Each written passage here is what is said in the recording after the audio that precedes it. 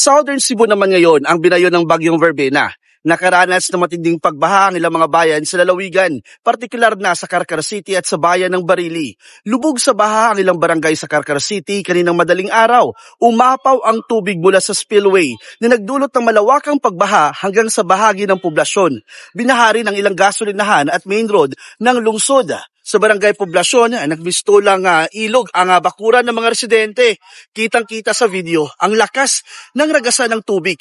Sa kuha ng netizen alas 4 ng madaling araw kanina, makikita ang hanggang bukong-bukong na baha sa Poblasyon 1, 2 at 3. Ilang residente ay naglakad na lamang para makatawid habang ang ilang bahay ay pinasok na ng rumaragasang tubig baha. Sa bayan ng Barili, lubog sa baha ang mga pamilya at lumusong na sa abot tuhod na tubig ang mga residente. Sa barangay Mantayupan, matindi ang pagbugso ng malakas na tubig na umapaw sa kalsada at nagdulot ng pagbaha sa lugar. Sa kasulukuyan, wala pang natatanggap na ulat ng Cebu Provincial Capital na may nasaktan o nawawala sa paggagupit ng bagyong Verbena. Pinag-iingat ang publiko na iwasan ang paglusong sa tubig baha dahil sa banta ng leptospirosis. Patuloy ang ginagawang assessment sa lawak ng pinsala ng bagyo. Sa oras na ito, humupa na ang tubig baha sa probinsya.